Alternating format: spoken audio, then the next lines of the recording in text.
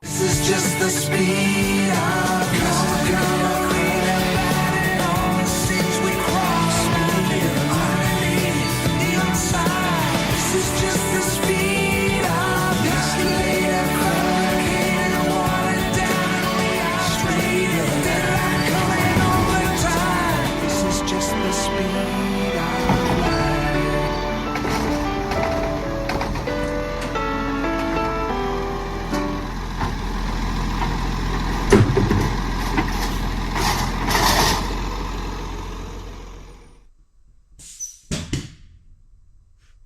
Love that noise. G'day everyone, it's Jared here doing what I promised on the Job 100. First of all, welcome. It's surprising yet exciting to see we've reached 100 on the jobs. I never would have thought back in 2023 uploading a couple of videos every couple of weeks of me doing my thing, picking up bins, would get as much attention and as many viewers as it did.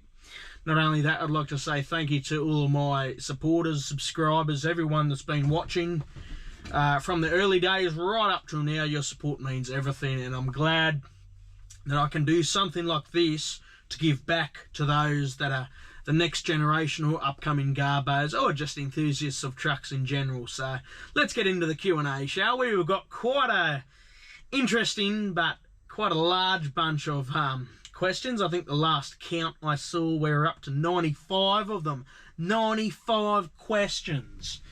So let's get onto YouTube and let's have a look at what all you guys are asking. Okay, I'm going to start off with Aussie John, 5835. You are one of the best garbage truck drivers in the industry, and you are also quickly becoming one of the best train guards in the industry. Which of these positions do you prefer and why? Aussie John, once again, great to hear from you, mate. And good question, good question. Look, I never thought I would give up the Garbos, but a point which happened in 2023, which saw me resign from QnA over some internal matters going on, trying out a few companies in Sydney before coming up to solo full-time. Look, over my years of being a Garbo, full-time and casual, I loved it. It was great to be up early and you'd be home while the sun's still up. You'd have time to do things in the afternoon. It was great. And I loved the job. It was cruisy. People might not think driving around in a garbage truck, picking up, I don't know, 1,400 bins a day is very luxury. Just sit here and you all day. See, I've already got me, I've already got me set on here. But yeah, look, I was looking at the financial side of things for me, and I was looking into other careers because the money, don't get me wrong, depends where you go. The money was okay, but 2023 saw me think to myself, I want to do something else. I want to pursue something else.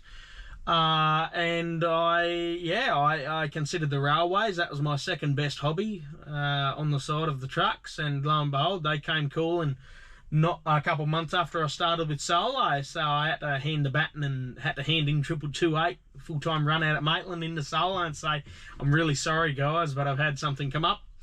It's better for my future. It's better for my the financial side of things with me. Yeah. So I just went where the money is, and I don't look back. Yeah, I miss doing it full time, but then again, I don't miss. We as truck drivers really put up with some dummies on the roads, so I don't miss that part. That was often chaotic, but I do partly miss it. I will admit that I do partly miss it, but such is life. You just got to move on. But I'm very happy where I am now. The money is probably 3 times more than what I was getting paid as a Garbo. It's fantastic, and I love it. So thank you for that, Aussie John. I hope that answers your question.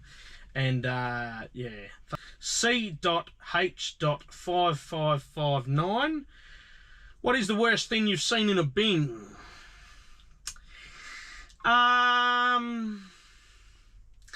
Probably I saw something on a clean-up pile, which I'll go into depth, which was a bit, eyebrow raising, but I'll get to that. But specifically, a bin.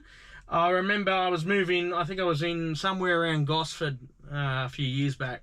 I was on garbage, and I had a dentist, and I was reshuffling all the bins around in this tight cul-de-sac near the hospital there. It gets parked out because of the Gosford Hospital. And anyway, one of the lids is open, and I just happened to glance out the corner of my eye down into the bin, and I could see this I hate to say it, but 2 household pets, two dogs, unfortunately deceased in the bin already. Yeah, I mean, that was probably a bit upsetting, but at the same time, it was like, well, you never see that. So yeah, obviously something a bit sus going on there, obviously. But that not only upset me, that angered me. But there wasn't much I could do. I just had to take it, service it. Yeah, I hate animal abusers. I'd hate to say that that's what it was, but yeah, that was horrible. That was I have done dumped waste in the flatbed on the Central Coast, and we've received calls off residents to go out, to pick up dead animals on the side of the road as part of dumped waste, or dumped animals sometimes in the bush when they're already deceased. It's not a nice thing, but it's all a part of the job. Yeah. It's unfortunate because I'm a big pet person myself. I've got a few cats, and yeah, it's just something you would never want to wish or do to an animal. So anyway, that would have to be the worst thing I found in the bin. On a clean up, however, as I said at the start, was in Woy Woy on Railway Street there, along the railway line, down towards the Housing Commission units, and that already says it all. And essentially, all these boxes, and we're picking up all these boxes, throwing them in the back of the rear ladder, and all of a sudden, one of the boxes, the bottom, splits open, and out come all these, those bags that hang up on the poles in the hospital, and you have a little drip wire, and it usually hooks up to your body, and it drips various chemicals, liquids into your body, like your blood or whatever. Blood bags full. Yeah, just, and we're not talking one box full. We're talking, there would have been at least a dozen boxes, and they would have been packed to the rafters with blood bags. And I just thought, okay, let's get these on the truck and let's get out of here, because I really don't know what was happening there. But anyway, I hope that answers your question. GP 500. Oh, Max. This will be a good one. Best and worst public bathroom in the Maitland area. Personal experiences. Oh, Max, you never disappoint me, mate. If you want me to answer that honestly, there is none. When I was full-time out there, if you had to go, you just had to pull over and go in the bushes or beside the truck, because they're just no amenities. And if they are, they're either trashed, burnt out, or just not in a state to use. I often would just go to Henny Penny, out of all places there at East Maitland, and just run in and use their toilets. It was in the middle of most Maitland runs. Sometimes it might have been a bit of a trek. Say if I was in Rutherford, I have snuck out to Henny Penny at East Maitland just to go to the loo, then go all the way back out to Rutherford. But it's just, amenities very limited in that area. But anyway, best would be Henny Penny. Worst would be, honestly, I don't even know if there's an answer for that, because there's multiple. The amenities are just so limited out there, and even if you find one, 9 out of 10 times it's trashed. So anyway, Lennox Binman 2452 says, runs, how do you get every street? I dare say he's asking, how do you do runs? How do you get every street on? So what I'll do for this question, I will, it's best explain it with the actual maps in front of me. So that one, let me teleport home and I'll show you. Okay, so now I've teleported home. Let's go through a few examples. Here we're currently looking at Longjetti, which is in the Wyong Shire district of the Central Coast Council region. This is done on a Friday. This run has earlies. You would start at 4:15 at the depot, do your earlies at 5 o'clock, and then from 6 o'clock you can do all the other streets. So let's get into it. Now, a common tip, and now it's unfortunate in the industry, not much common sense seems to be taught these days. So we identify our early street, which happens to be the entrance road, from the Wyong Road roundabout all the way up to the Oakland Avenue roundabout towards the entrance town centre. We do both sides of it, and you're probably wondering, what side should you do first? Well, why don't we just do the side that we get there on, which the depot is down, as you can see where my cursor is, it's down this end of the map, about half an hour away. But no, I wouldn't start here, because there's actually less properties on this side than the other side. But that's not only the point. Down this end is the direction towards Sydney. Up this end is the direction towards Newcastle. You've got more people in the early morning peak travelling to Sydney in their cars, so you pretty much want to work with traffic, not against traffic. So I would actually skip the northbound side of the entrance road, go all the way to Oakland Avenue, and the busier side of the road, which is the direction towards Sydney, because most people commute to Sydney every day for work, I would do this side, the southbound side of the entrance road first, so it's out of the way earlier.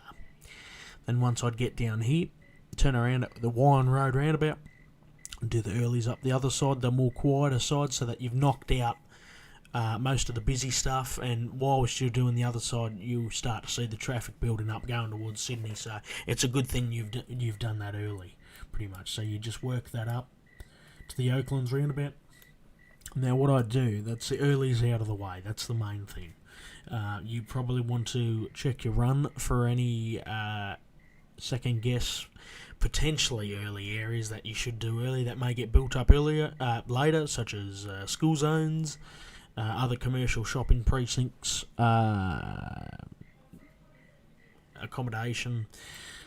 So we do have a cluster of shops here. So here, 2 Wind Bay Post Office, you've got a few cafes here, a few shops, grocery store, whatnot.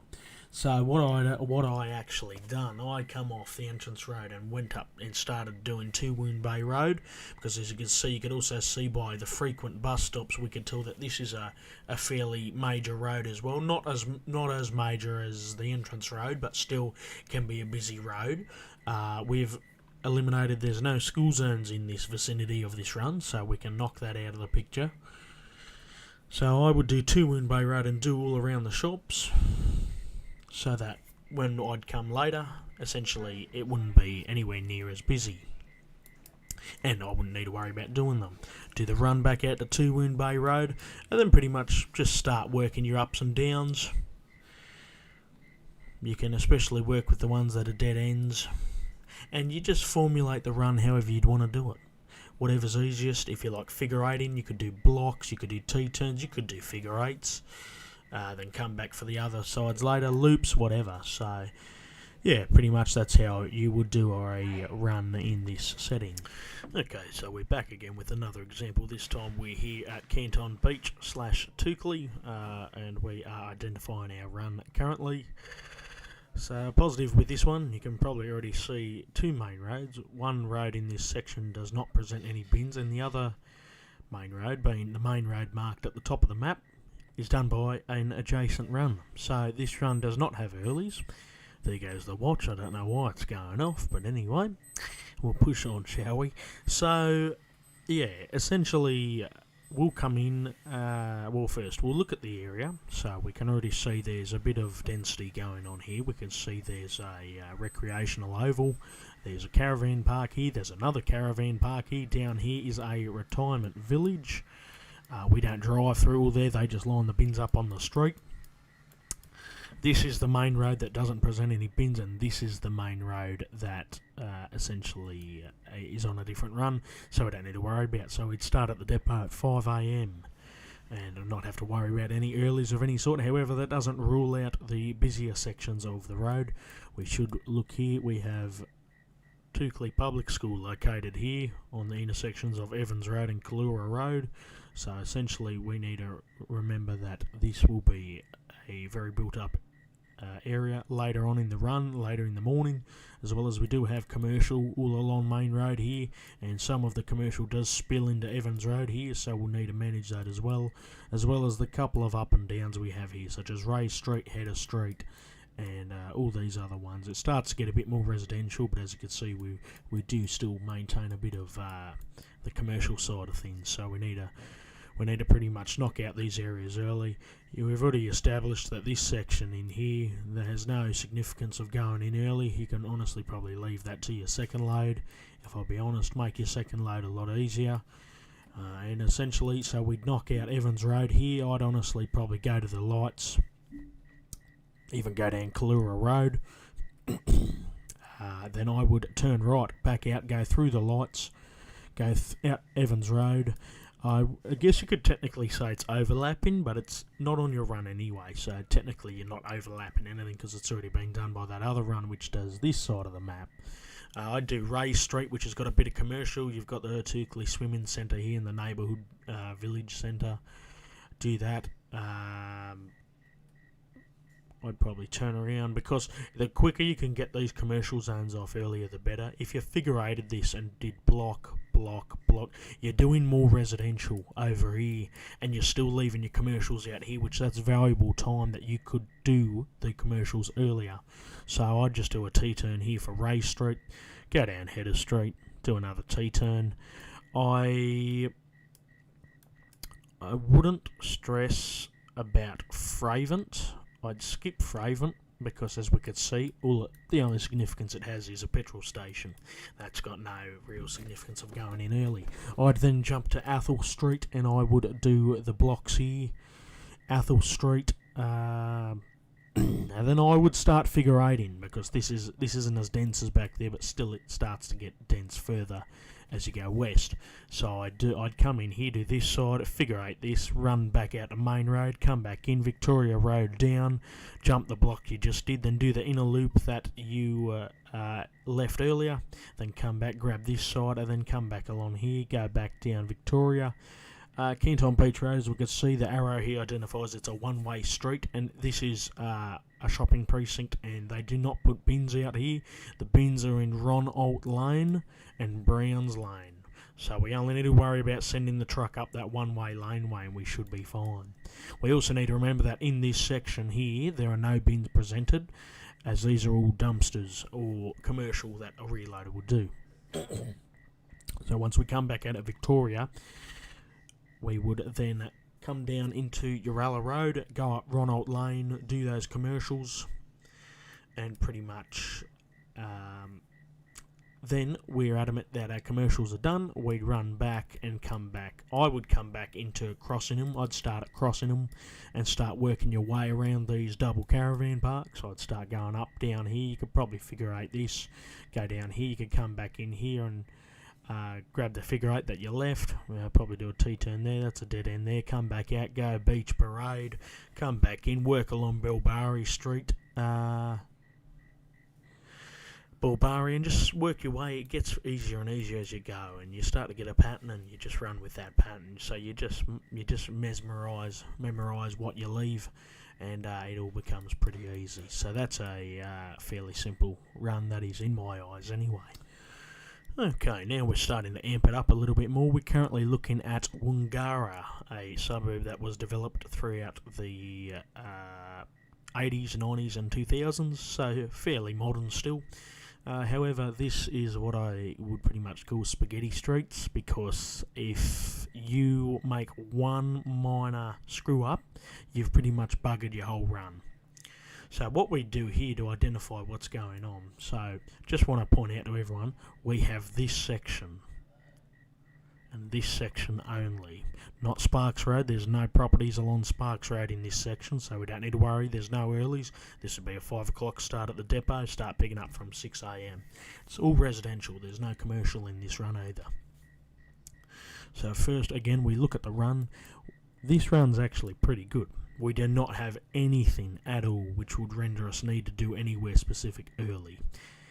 We do, however, the only thing I'd look at is a small public school here at Wangara. We could take that into consideration, but we need to remember we do not do the side the school's on, we only do the bottom side of Mataram Road. So, really, I wouldn't even stress too much over that anyway. I'd just rock up whenever you rock up. So, a way I would do it, and I look at this, so pretty much the yard, or the tip I should say, is over this side of the map. So I would always work in the fashion, start furthest away, work your way back towards the tip. So essentially I would probably start here on Mountain View Drive, our furthest entry point, and this is an area you could probably do figure eights in, but because of how dense it is and how jam-packed all the streets are, honestly there'd probably be days, if you were a casual and you didn't do this run full time, I honestly would say don't figure eight it, because of how dense it is. You can, if one screw up on any figure eight in here, it's very easy to do, especially in an area like this. You'll stuff up the rest of your run. You'll leave stuff, you'll skip stuff that you won't know about, but it's just the way it is. So I'd come in Mountain View. I'd go down Corkwood actually, probably go up Primula, Begonia, and then I'd leave that. I'd go back out Begonia, come back down onto Corkwood. Something you can do though to benefit yourself later on, you can probably see what I've just seen, you can incorporate an easy figure eight. Now what I call an easy figure eight, it's a figure eight that's obvious, it points itself out and it's something you'll be able to remember. So essentially I'd nick over here to Marigold Street and come around to Bayberry, grab the inside loop, then work your way back to Corkwood, then go back up Corkwood. Then we'd probably do Watergum, up into that dead end. I would not do Ben Boyd because that would mean I'd have to do a T-turn on Mountain View Drive, and Mountain View Drive is somewhat a main road. I wouldn't say it's early, but still we do not want to be doing any turnarounds on any major roads.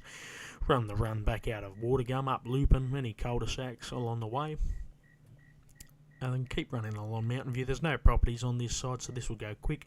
You grab Ben Boyd that you missed before. Essentially, I would then go left onto Peppercorn briefly. I'd grab the inner loop of Foxtail, turn left, then come back out. So what'll happen on your second load, or whenever you come back later, when you do the other end of Peppercorn, you'd turn left at Foxtail and grab the outer loop that you've left, then run back to where your area is for that load. Anyway, going back to where we were, we'd come back out onto Mountain View Drive, go left. I would not go left onto Bayberry because we've got to remember we incorporated the figure eight there earlier, so that when the figure eight returns later on, I'd actually use this roundabout. This is a roundabout here, and the good thing about these roundabouts, you can incorporate T-turns, but they're not T-turns. You can actually use them as a turnaround, and you're not disrupting any sort of traffic movement. So what I would then do here,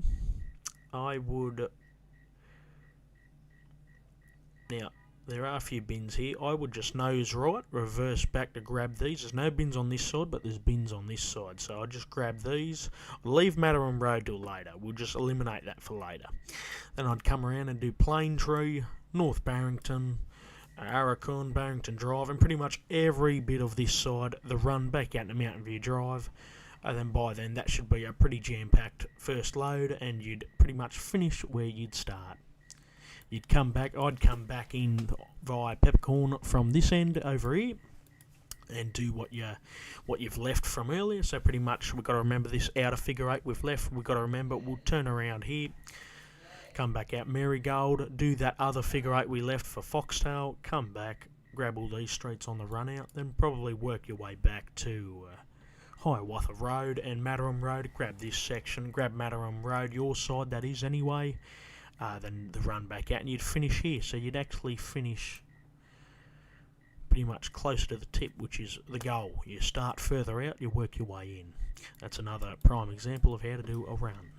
Okay, the next example, we'll use a scattered run example. So pretty much this is a run in real life. You will do St Hubert's Island, Empire Bay and Bensville, both sides of Empire Bay Drive. You'd also come in and do this early section of Wards Hill Road, but don't need to worry about going up into Wards Hill as that's done by a different run. So I would look at all of these areas once again. Let's try to find areas that might look significant to be done early. Potentially school zones, main roads or any other arterial roads. Obviously straight away we notice Empire Bay Drive is a windy main arterial road through the southern section of the Central Coast. It connects Woy Woy pretty much all the way through to Kincumber and further north. However, the good thing about this scattered run, without it being too scattered, we do not have the earlies, which would be Empire Bay Drive. They're done by the adjacent run, which works Kincumber South and the southern portal of Kincumber itself.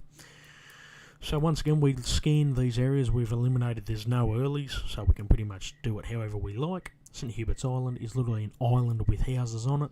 No significance of going anywhere early there. Empire Bay, once again, no real significance. You do have your local post office and your BWS and all that here, but a few cafes, but I wouldn't class them of any significance. There is a RFS and a sporting field, once again, no real significance to come in there early. We do have a major servo here on Pool Close, which is what am I saying? You can enter via Empire Bay Drive or Pool Close itself. Once again, not really any significance of why you'd need to go there. Caravan Park, they will present on Pomona Road, doesn't really matter. And this is where it starts to become somewhat rural. Bensville itself, the little division of Bensville here, all residential, no significance, few shops here, little shops, that's it. Scattered rural out here, same sort of residential properties, but no significance again. So really, we could do this however we want. Let's do it inconvenience for the driver. So, just want to point out the tips are over here near Woy Woy. So we should remember that we should be working in this direction. So what I would do, start, as I said in the last one, start furthest out, work your way back in. So we're going to start all the way out here at Bensville. We're going to start this first of all. This is easy to do, very simple. You could do some figure eighting if you really wanted to, but it's pretty straightforward. Mostly dead ends and thoroughfare streets, cul-de-sacs, so there won't be too much figure eighting going on here. Now we also need a note, not that it would be known, this here, Alloa Close, Palmer's Lane and Rachel Close is actually difficult access. This is done by a mini side loader and not my run. I don't need to worry about doing it. So we can eliminate needing to do any right turns here off Empire Bay Drive because it's already complete. We don't need to worry about any of that until we get to Empire Bay. So we'll run these streets in order: Boola, Huntley, Yarram, Nareen, Wards Road, Correct Road. Hold on, if I stand corrected, actually. Oh, no, that's right. Sorry, my bad. It was Undurra. That's what I was thinking of. Undurra is also difficult access, so we don't need to worry about that.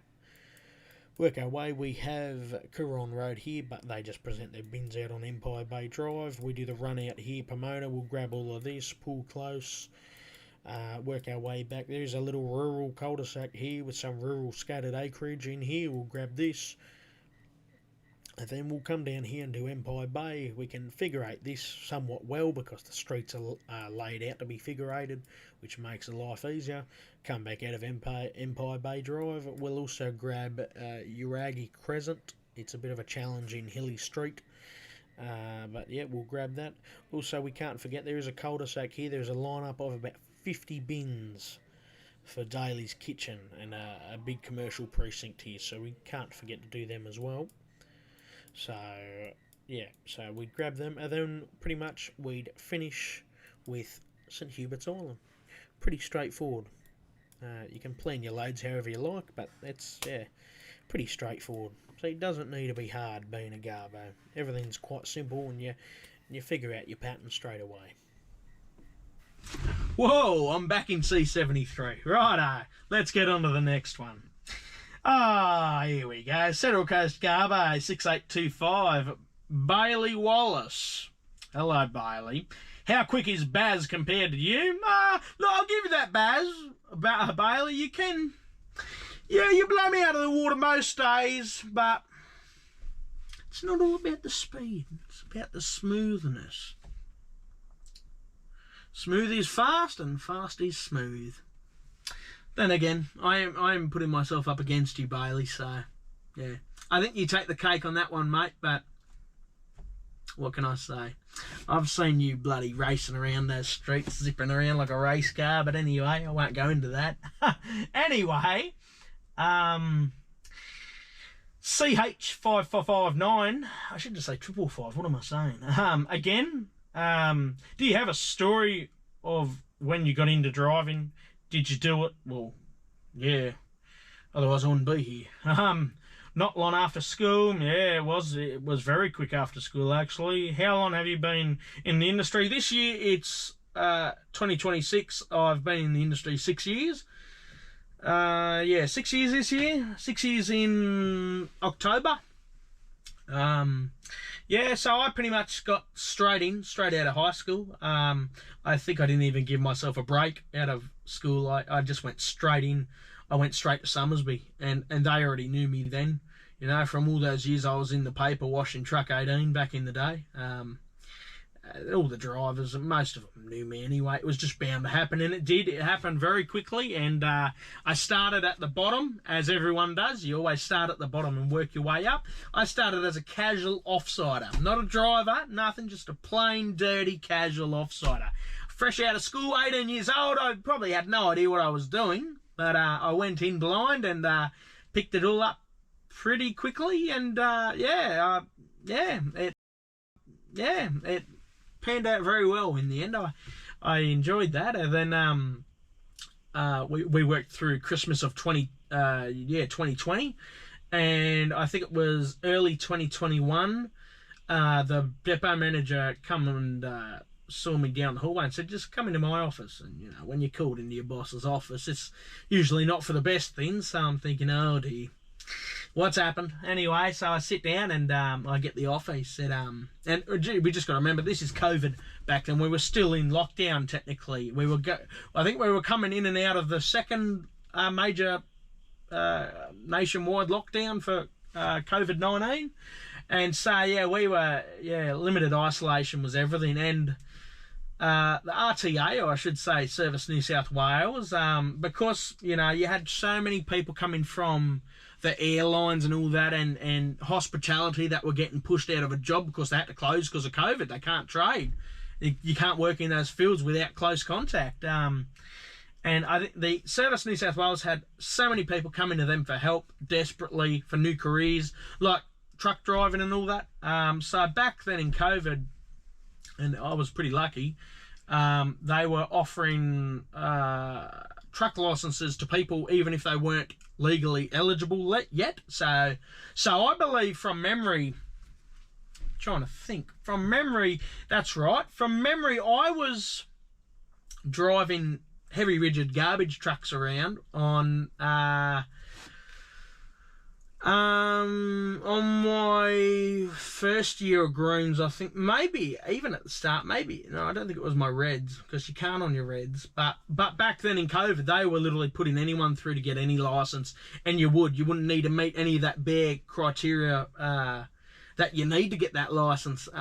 They just pushed me straight through, and I got my HR, I think it was a year earlier than legally allowed, so I would have just gotten my green Ps. So that means I've had a P plate on the garbage trucks for, instead of a year, because you can only do HR second year green Ps, but back then, because of COVID, I was able to get it a year earlier. So I was driving around the coast with P plates on the truck for, what would that have been? Yeah, 2 years, because you do 2 years on your greens. It was really good timing. Obviously not COVID. COVID was horrible, don't get me wrong, but that exemption happening at Service New South Wales, it was just perfect timing for me. I was able to get the license early. My boss highly encouraged me I take it up, because they were going to stop doing it, after we come out of lockdown, and I did. And here's the phone, and I've been, driving trucks and buses and all sorts of heavy vehicles ever since. So yeah, I certainly don't look back. I was very glad I got to get it earlier than legally allowed. Nowadays, I don't think you're allowed to. You can do such a thing because we were in lockdown. Then they were pretty much giving out licenses for people that needed to start new careers immediately because they've just been duped. You know, they've lost everything. You know, so it worked out good for me, and it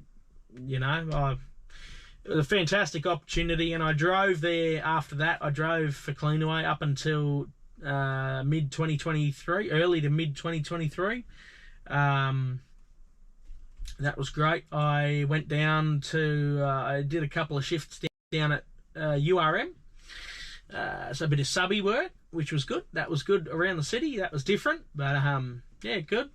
Then tried SMS there at Beaumont Road, Mount Coringai for a little while. They're a great company. I just wanted to tick them off my list because, as you know, we're in an SMS truck right now, and they hold high memories for me because they were the contractors that I remember. I grew up with in Wyong, and they were iconic. The white and green trucks roaring up your street, the McDonald Johnston Darts and the regular MJs, and yeah, they were just fantastic memories, and it was very good, very nice to be back in an SMS truck. It was very touching for me, especially to tick off my list. Unfortunately, now they've sold out, and I was still on the books there up until recently when they got bought out of, and all of us either got transferred over to JJ's who bought them out, or took the redundancy. So I took the redundancy because I didn't really have a need. I was in the trains. Then I thought, well, if I'm going to solo, why should I keep a depot in Sydney on the books, you know? And they're changing over to JJ's. I don't really want to, not my thing to work for them. So yeah, so I dipped, and yeah, but that was great. So not long after that, I went to solo. Did solo full time. Not long there at all till I got my own truck and run up in Maitland, 2228. And that's still kicking to this day. And then, as I said, the trains come calling later in 2023. So unfortunately, I had to toss it in and just say, look, I've got to do this. The money's a lot better. I need to do this for my future and for my benefit. And they were totally understandable and supportive of that. And so I thank Solo for having me there. And I also still have to, I must say, I need to thank Solo for just letting me come and go whenever I do. I only go into work once or twice a month. And they've been fine with me doing the videos. I haven't heard a thing, to be honest. So I really need to thank them for their support, for them still having me. Even though I barely come in, I like to help out where I can, and they're a very good family-oriented company still, and I like to do my bit to help them out. And especially, I love to drive the old Euro 5 Accos they still got. So, yeah, it's good. Like to help them out a lot. Anyway, we'll keep pushing on. Ghost Mouse 101, QnA or Veolia? Who do you reckon is a better company? That's right. And one of the others, I forgot to say off that previous question. I did try Suez at West Gosford for a short period there. Again, subby work was alright. I've never worked for Veolia. As I said, I did a bit of subby there for Suez. I know Veolia bought Suez into the brand, and but we've got to remember Veolia was separate to Suez and Cedar and all that back in those days. So I can't fully say how Veolia is because I've never worked for them. I hear mixed things, mostly good, sometimes questionable, especially when EAs are going up and all that. But what I put up with at QnA, and don't get me wrong, I had a great depot manager at QnA, and I worked with a great team of supervisors in the office and drivers. All the drivers there were fantastic. Fantastic. It was just people that would come in from other yards, such as driver trainers doing audits, random assessments on drivers. I won't go into the specifics because if you know the story, you know the story. We took it with the union and it went pretty high, and a bit of stuff happened a few years ago, not involving me, but just involving how some managers treated members of the workforce. And anyway, that was rectified in the end. I've worked for QnA, as you know. I can't answer because I can't answer that because I need to work for them to know what they're like, and I haven't worked for Veolia, so I've worked for QnA. Parts of the company are good, other parts are not so good. The high stringentness on safety. Alright, we're going to have to do this with the truck running now because there's something wrong with that GoPro battery. It dies way too quickly, so it's on, it's plugged in, it's on charge. So let's put this up. Hopefully you can hear me a bit better. Alright, hopefully that's a little bit better. I don't even know where I was up to now. Oh yeah, QnA or Veolia. Probably best I don't say anything, to be honest. Brisbane Rubbish Trucks official. And this guy's official. Look out. Why do you not use the hopper camera and shake 100 times instead? Oh, brother, this guy stinks! So, and you know, fair enough. Honest question, fair enough. If you paid attention to the 772 on the jobs with that truck, that was my truck at QnA. QnA, maintenance side of QnA, didn't want to put any money into it. I had a truck with a monitor, a reverse camera, I had a hopper camera, and it never worked. So all that time of having that truck to myself and just constantly going, you know, always using your mirror or your top hopper mirror or whatever the truck had. I had these same mirrors on that truck, and you're just constantly looking up. You just, it becomes muscle memory. You do it 1,200, 1,300 times a day. It's just the rhythm you get into. And now at Solo, with pretty much every truck having 3 Logics, which I think is excellent, fantastic operating system, with cameras, I still have times where I don't look at the cameras, I still look at the mirrors, but it's just what you're used to, and it works out. And yeah, and the other part, shaking 100 times, I don't believe I shake 100 times. If I shook Men's 100 times, I wouldn't be able to finish the run. I'd just like to give an extra couple, I wouldn't say couple, maybe 1 or 2, especially with McDonald Johnston, or Booker Grabs I should say. They indent inwards, especially the 360s, and 360s get squeezed, it can get squeezed and can actually jam the bin.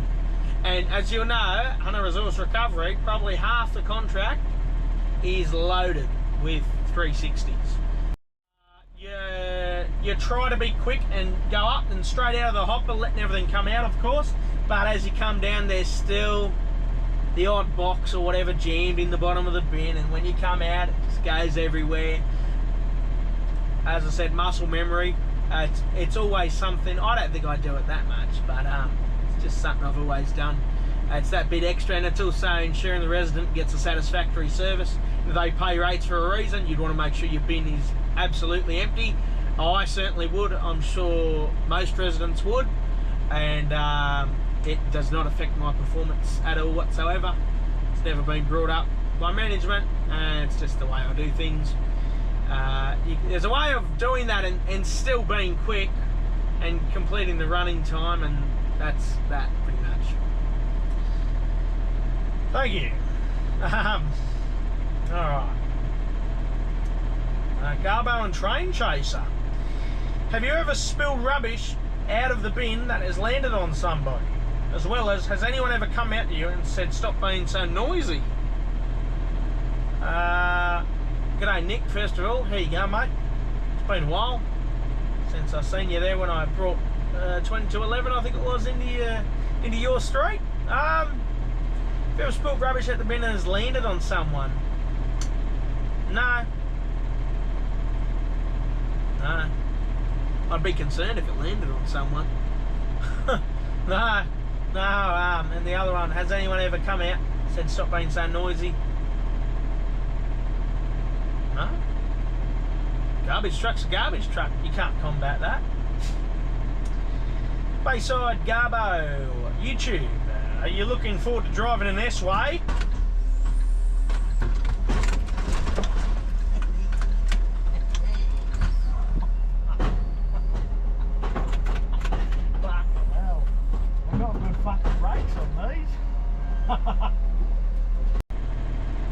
Or do you much prefer the Accos?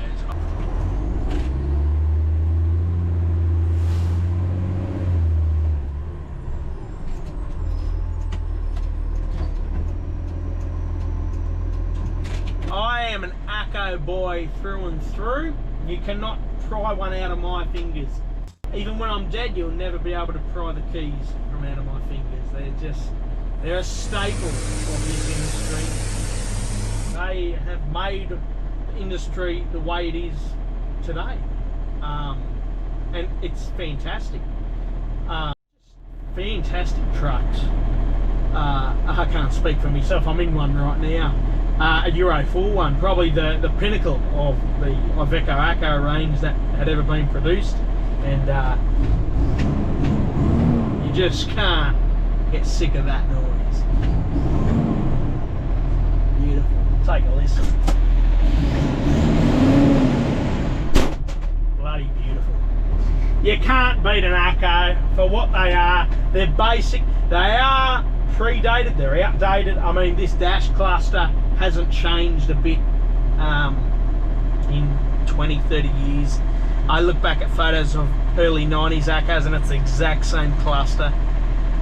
You know, it's just ergonomical, the whole cab. You know, you've got, and the thing I find with these new trucks, you've got room to put your bag and to put a fridge and whatnot up the back, set it up how you want it. On I noticed in the Australia, they're Acco 310, but most people call them Stralises because they're very similar. There's no bag space. Your bag is just, you sit here and your back wall is literally right here. Like there's no, New trucks, look, they're coming out with some great features, don't get me wrong, probably features that better enhanced trucks over these. And they're trying, but I would still take an Acco any day over something a lot newer like that. I call them plastic trucks because they don't look like a truck. Yeah, they look good, they're new, they're more high tech, don't get me wrong, but you just can't beat this. It's just simple. Everything's comfortable. You know, everything's pretty comfortable in here. Rest your arm up here. It's a very basic cab. It's very limited at, you know, what it is, but it works, and it's worked in the industry for decades and decades, so you just can't change it. And I'm sure a lot of other people, especially young people, could say the same. They're just an iconic truck. Yeah. Be a sad day when, I tell you what, it'd be a sad day when Gateshead loses all of the Euro 5s because I think we're actually one of the last contracts in the state of New South Wales to still run Euro 5s on full-time runs. We did have Euro 4s on full-time runs up until a couple of years ago, but yeah, and we were one of the last to run that. You've still got, however, mobs down in Sydney like a Veolia at Ryde and Penrith and all that even still run Euro 4s and a few Euro 5s, and yeah, but yeah, no, they're fantastic truck, absolutely fantastic. Wanneroo garbage trucks, how easily do 360s melt? I assume he means when they sit out in the sun like the new Mastics do, and you go to grab them on an angle and they just go, they're like this and they go absolutely fold in. It's yeah, bins are not made like how they used to. You go to a Sulo 2 or an Otto or a SSI Schaefer or something made with real quality. You know, the SSIs were German, they're tough as nails. The Sulo 2s were Australian engineering excellence, they were tough. Ottos were probably the toughest of them all. They were the thickest plastic.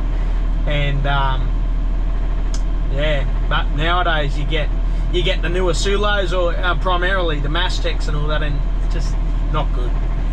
Especially the Mastec 360s, really not a fan of them. Not a good design. Never should have been signed off to be manufactured like that. They cause so many problems when it's collection time for us. 360 Sulos, a bit of a better design, don't get me wrong. They've sort of gone back to the Sulo 2 sort of shape for those, sort of. But at the same time, the plastic they should never have gone to thinner plastic. They can fold, but Mastec is renowned for folding. How easily do they melt? Well, I'd say how easily do they heat up, and then when they get grabbed, they can get misaligned or misshaped. Probably put a bin out in the sun, honestly, for 5 hours. It would only probably take that in the sun, and then your bin would be super soft. It wouldn't be to the point where it's dripping, obviously, it's melting. They don't melt, they just get a bit soft in the sun. And especially all of a sudden when you have a truck come up and grab it, it can sometimes even damage the bin as well. So yeah, not the best, but anyway, what do you do? It's more so the Mastec 240s, you grab them on a 45-degree angle and oh my god, they get rooted, honestly. Oh, yeah, they're not the best either. Did you really want to become a Garbo bus driver, etc.? And what's your favourite truck to operate out of any truck you've ever operated? That's a tough one, because half of you know what I'm going to say, and half of you don't, because you weren't around back then. We'll go to the first one. Did you really want to become a Garbo bus driver? Bus driver wasn't really on the cards. I wanted to do more so the Garbos, because it was pay was a bit better and security was a bit better with the contracts and all that. Bus driving, I did that. I went up and did a bit of Port Stephens for a while. Port Stephens coaches. That was alright. But I preferred the Garbo work a lot better. Yeah, preferred it a lot better. Yeah, of course I did. You always want to as a kid, you know. You go out every Tuesday morning or whenever, you know, and you watch the garbage truck and you think, wow, you want to be him one day, and it's great. Don't get me wrong, it's great. I just had to move to something a bit more financially stable. I'm not discrediting the industry. Industry's pretty top notch, pretty good. Yeah. So no, absolutely, I wanted to be. Absolutely, yeah. What's your favourite? We'll go back to this. What's your favourite truck ever operated? 18. Mondas Raptor 18, without a doubt.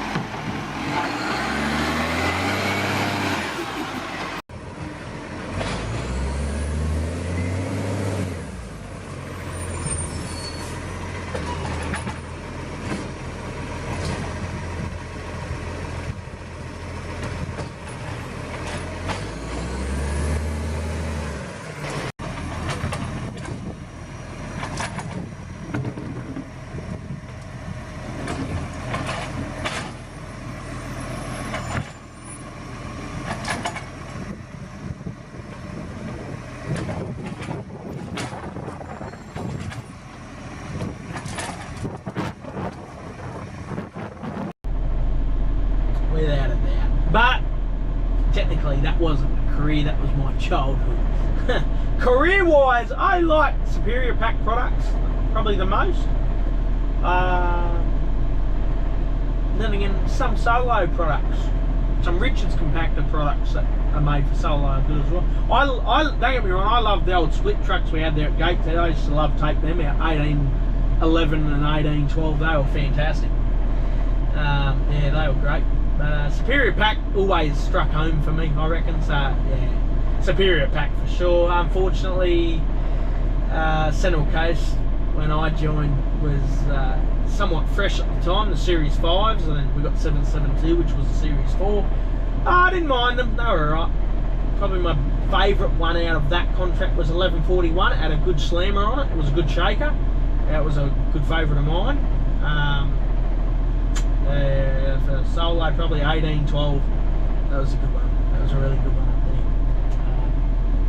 there. I was one of many drivers actually trying to stop them from withdrawing it because it was that good of a truck. It was fantastic.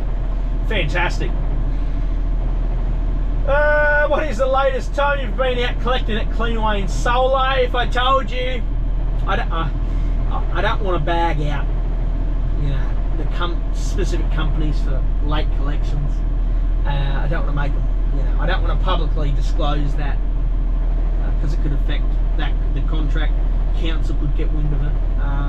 It's not often, but sometimes, you know, things happen. Whether it's accidents out on the road or fatality on the freeway can hold you up for quite a long time, or whatever, or mechanical issues. There's been plenty of days where it's just been non-stop mechanical dramas.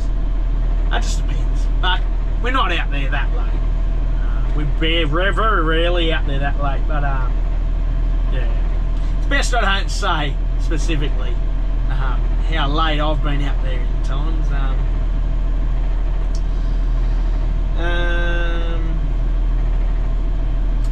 How Whittle C Garbo fan gaming?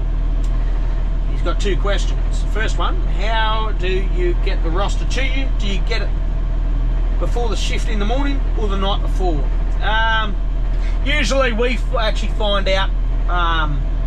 Well, I assume you're talking about from a casual perspective, because I only go in once a month. A day before a day that I'm available, I'll just text my boss up there and say, hey mate, I could come in for a full day, or I could come in for a half day, or a quick load, or whatever, and they'll plan the roster around lunchtime and get back to me that afternoon, and then tell me what I'm going to be doing for the next day and what time they want me in, and that's how you find out. What was the other one? What's the hardest part of the job? It's a pretty cruisy gig, I must say. Hardest part is really not much hard about it. It's a very simple job. Hardest part, maybe sometimes when you're working with new people on clean-up, this applies to the QnA contractor I worked for. It can be a long day if you're working with someone new and they're not good with lifting things into the truck. That's probably the hardest part, but that's nothing. Well, there's the 5-minute cutout. Oh, that's good. You should be able to hear me a bit better now too. Quaden, here we go. Corinda Garbologist, out of 2228 and 2229, which is the best truck? Tough one, Quaden. They're both good, but they've both got their own pros and cons. 2229 more than 2228 has more cons about it. I'd have to go 2228. But they're both very nice trucks, don't get me wrong. They're both very nice trucks, but because I had 2228 full time and not the other one, of course it's going to be that one. It's the one I'm more accompanied to, more used to, and had it set up to how I wanted it. It was great. But nowadays that's sort of lacked off because that's now just a genuine spare. But they're both good. They're both good. Transport Content Sydney. Any plans to expand the Taylor's transit fleet? Absolutely. Absolutely. Of course. Sid West Garbo, when will Mr. Honourable Sir Edward Lee upload his video of you in 1174? Good question. I don't know. Edward Lee, if you're watching, Hayden wants to see that video of me in 1174 in Woi. Epping Garbo, 2009. How many more on-the-job videos do you plan on posting? I've still got a few more up my sleeve. I've still got probably half a hard drive worth still to upload, so probably a fair bit. It's just a matter of finding time, you know. Just a matter of that. Vicky Garbologist, you're still doing trains or garbos?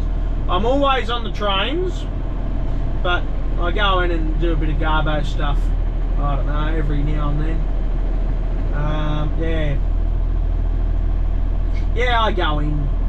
I go in a couple times a month just to help out up there, you know. But yeah.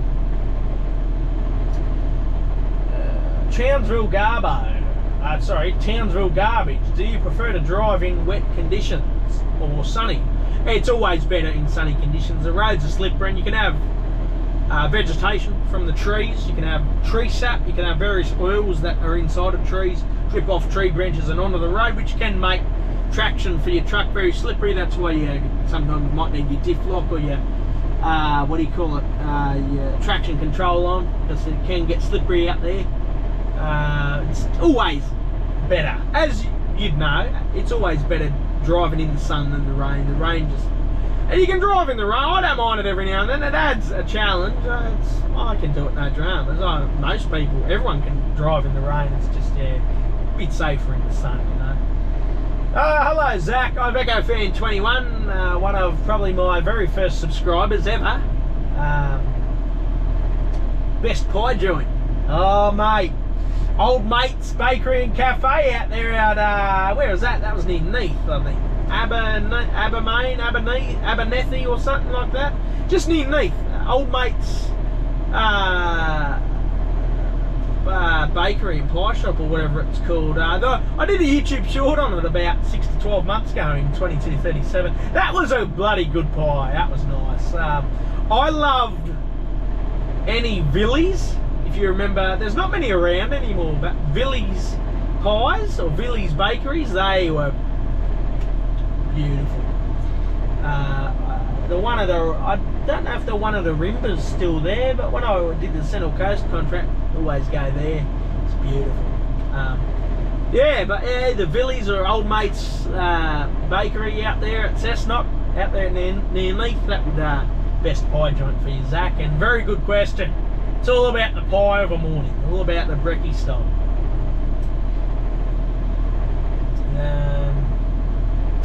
Leighton Garbo 7164 asks, what's the worst truck you've ever driven? I don't like the Isuzus and Hinos. I don't like. They're a bit gutless. You know, you got a heavy compactor body on the back, and you go to put your foot down, and it's just sluggish. It's just slow. Yeah, probably those two aren't the best. Honestly, if it's not an Acco, I probably won't enjoy it, to be honest. Yeah. And what's the best company you've worked for? I like Solo. It gives off that family vibe still. You know, they're good. They're very good to work for there. Solo was good. SMS, honestly, was probably the cake, but for the sidearm side, it'd be Solo, I'd say. Queensland Garbo, do you sleep when you get home from a night shift, or do you stay in the VC, mate? Yeah, of course. Yeah, you gotta sleep. Far out. Yeah. If I stay in the VC every night, I'd be worried how sleep deprived I'd be. Bloody hell. Bins for a Reason asks, how come you've never done my suburb before? You've done everywhere but my suburb. What's your suburb?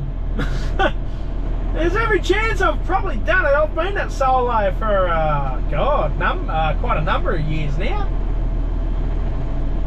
What's your suburb? Oh, I'm genuinely curious now, because there's not many I haven't done, so, how come you've never done it? Well, we don't really have a control of where we get rostered. It's more so the supervisors that sort out the roster, not so much the drivers. So I just look at the board, grab the keys and head off to the truck and get me run map, and off I go. I just go where I'm told. We don't really have a say where we go. Sometimes we can pull some strings if, you know, we want to swap or something, but it's not often. We just take what we're given and run with it, you know? Yeah. Hello Aaron, A-Dog Aaron. Favourite truck, current withdrawn and run at Solo Gateshead? As I said before, it'd be 1812. Absolutely be 1812. That's withdrawn. Current truck, I'd say Or current truck. Lately I've been getting 2234 a bit. I like that. It's a loud one. It's never really had much work done, so the originality of the engine is very much still there. It's loud for a Euro 5. It's not a bad one, that one. Then again, I didn't mind. 34 is a good one. 38's another good one. Yeah, those two are pretty good. And 228, you can't beat it. And most of the spares are pretty good. A couple that are a bit skew, but most are pretty good. Garbo Enthusiasts asks, would you move back to Central Coast if contract changes? And what's your funniest moment on the job? I don't think so, mate. I said I'm locked into the railways. It pays 10 times better than any Garbo mob would. I think I'm going to be sticking with that. It's always good to do something where you're always financially backed. And what is your funniest moment on the job?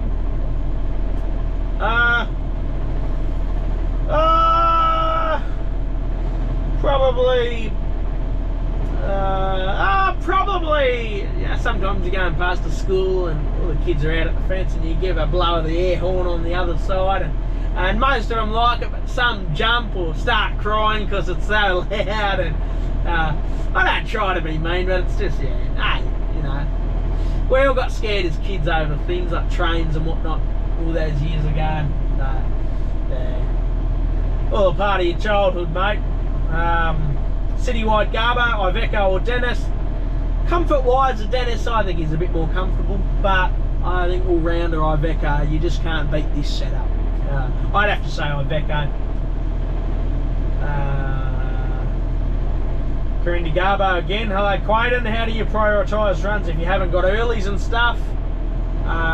In that previous question from the start of the video, I think I dwelled into that, so just refer to that, and yeah, hopefully that answers the question. Garbage Sean asks, which type of Iveco Acco is your personal favourite? Euro 4 or 5? Euro 4 without a doubt. You don't have that delay that the AdBlue gives off when you throttle. It's, yeah. Which engine do you prefer? Cummins ISC 05 or ISL Euro 5? They're both alright. I think the ISC is a bit. Personally, I think the ISCs are a bit nicer, a bit enjoyable, but there's not much difference. They're both alright. They're both an Acco, so they're a very good product. Maitland Garbo 1809. What's the best spare run? Probably your Rutherford run on a Friday, or every second Friday I should say. It's half bush run out the back of Lochinvar, then it's half residential in Rutherford. That's pretty cruisy. Jura Creek can be cruisy too, don't get me wrong. You know, in the low track, the low clearance track. Out of the 8 greens trucks, what would you rank 1168 out of the 8? 68. I'd say with 1 being the best and 8 being the worst, I'd say I'd put 68. 68. I'd probably put 68.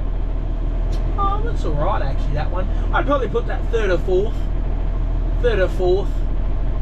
Yeah, wasn't bad. What is your favourite Central Coast full-time Raptor? Well, back in the day it was always 18, brother, but obviously that's no longer very current anymore. Probably 1141, good shaker, bit of a slammer too. For a new cleanaway truck, that was pretty good. Just gonna stand for a bit. Do a few more out here just because the phone's run out of friggin' data. This shed's not the best for receiving data in here. The North Island Garbo, what is your opinion on Nui? Lovely area. Old area, but lovely area. Streets are parked out. Someone behind me there. Streets are parked out to the max. Get the joke? No, they're, yeah. Look, great area, don't get me wrong, but just, yeah, streets are pretty packed out, and when it comes to doing Garbo work, it's not very enjoyable. Chase Ballo 1, how long have you been doing the Garbo business for? This year's 6 years for me, Chase.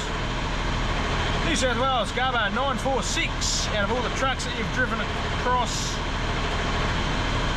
Oh, sorry, Mitch. Technically, I've already answered that. There's a few double-up questions in here.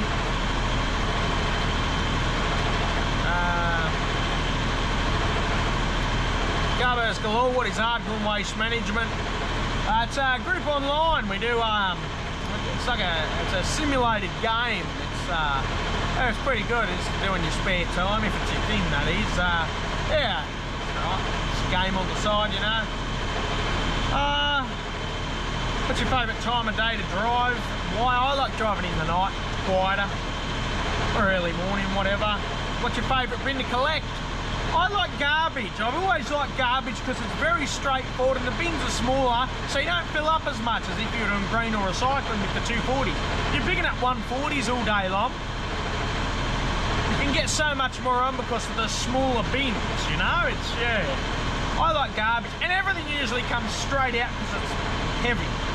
So, yeah, it's pretty straightforward. Never really have any mess-ups with garbage. Garbo's in the Hunter. What's your favourite GoPro position? I like the hopper's good because you can access the hopper pretty good. I don't mind. I've always liked the cab ones, like the ones you put on your mirror or the ones you put on the window. It's always good to see what the operator's up to.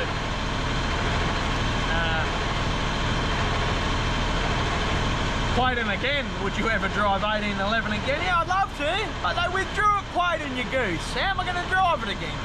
Come on now. Adelaide Garbologist, best and worst smoke out places anywhere. Oh God, best places are obviously a good takeaway or you know, whatever you like.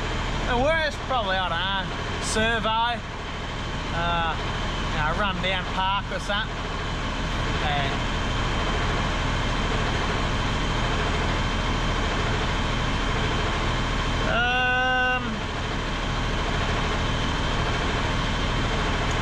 Chris Garbo fan, have you ever driven 1809 or 1811 or just 1812? And what do you think of 1810? I remember those trucks as a kid. I've driven 1811 and 12. 1809 went not long before I started. And 1810 got transferred to J.R. Richards, I believe. I don't believe that's running anymore, and I believe 1809's not running anymore either. However, if I'm wrong, please advise me, but yeah. 1812 was the best one, I reckon. 1811 was alright. Oh, 1811 was always in the workshop, always having issues. Chris Garbo fan again, do you really miss 18 a lot? Yeah, I do, because there's just nothing anymore that is anything like it. And if you don't know what I'm talking about, I'm sure most of the OG followers here would. There's a certain truck I had, truck 18, and I was in the paper as a kid washing it and did my garbage every Tuesday, and it was a very cool truck to film. It just had that something about it that was different to all of them, and any other truck in any other area too. Like, just had that sparkle about that noise. It was just had something distinct about it that set it apart from every other one. It was pretty cool, that one. And it was set up nice, it was fast, it was responsive, it was a lovely truck. Yeah, I do think about 18 every now and then. I wonder, you know, what the whereabouts are. I know the body and all that's been long gone scrapped by now, but I believe the cab chassis is now getting around somewhere on a concrete truck.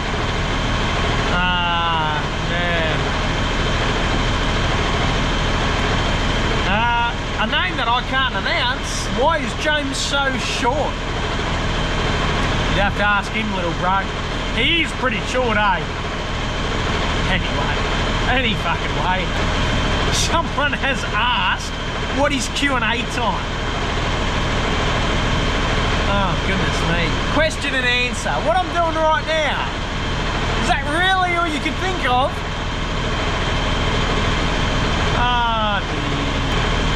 Soulless universe.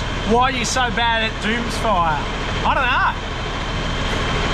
Why are you so bad? More like, in that match I played with you the other night, mate, you just kept on getting blown up.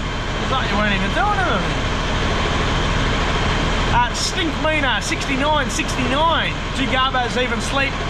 How do you function on a 4 AM wake up? Just go to bed earlier. I can function on 6 hours sleep minimum. It's alright.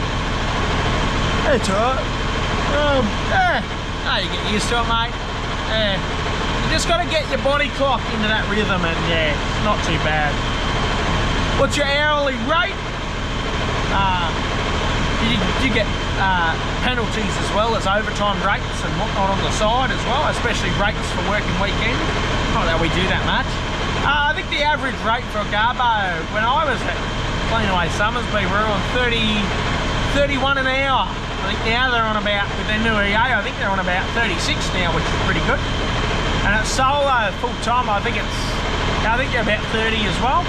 But I'm casual, so I'm on 39 an hour, roughly thereabouts. So yeah, pretty good if you ask me. Oh wow, and that seems to be all the hold on. I missed one question actually. NJ Gamer 12. How long can you drive for in one go? The job looks very repetitive. It's alright. So you're meant to have in a 12-hour block-to-block working period, you're meant to have an hour of rest minimum. So that is often split up in 5-hour blocks. So every 5 hours, you're meant to have half an hour break. And then 5 hours after that first break ends, you're meant to have your second break. So yeah, you get your breaks and you get time to relax when you're tipping off or whatever. You just get time to chill during the run, you know. It's alright. Get out, stretch your legs while you're moving bins around in the cul-de-sac. It's alright. Not bad. Now, you don't really lose concentration because you're always paying attention. You're always switched on to your mirrors and what's around you, so it's not bad at all. Well, that looks like all the questions on the job 100. So I'd like to say thanks to everyone. 95 comments. Sensational. Good, there you go. Ears must have been burning on the old girl. Yeah, thanks guys for all the comments. Yeah, it's been a pleasure, and I'll continue to do as many on the jobs as I possibly can. It's just one way of me showing and passing on knowledge from what I've picked up over the years to the next generation of Garbos, and just showing off how I do things on the job.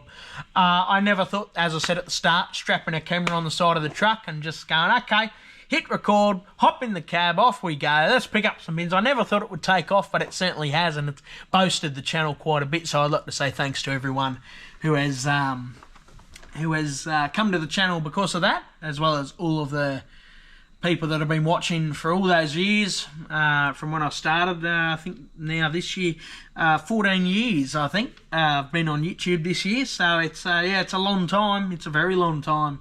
But it just shoots by so quickly, and you'll look back, and I say this for a lot of the younger people.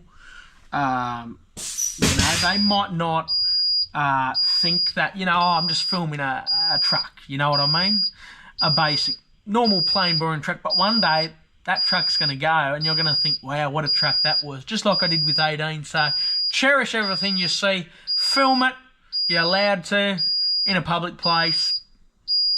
Capture all you can, because, yeah, it's cool to see the waste industry evolve from what it was when I was young to now what we have nowadays. Technology is becoming insane in trucks, and it's just great to see. So guys, once again, thank you. The truck is beeping at me. He probably wants to be turned off and have a little sleep or a little rest now. So thanks guys for watching this long video. I know it's been a while, and 100 on the jobs. Yeah, fantastic. Never thought I'd get to 100, but there you go. So yeah, thanks guys, and thanks everyone for all your questions. It's been a pleasure.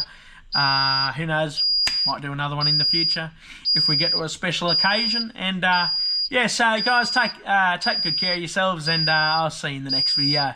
Take it easy from JT. See you next time.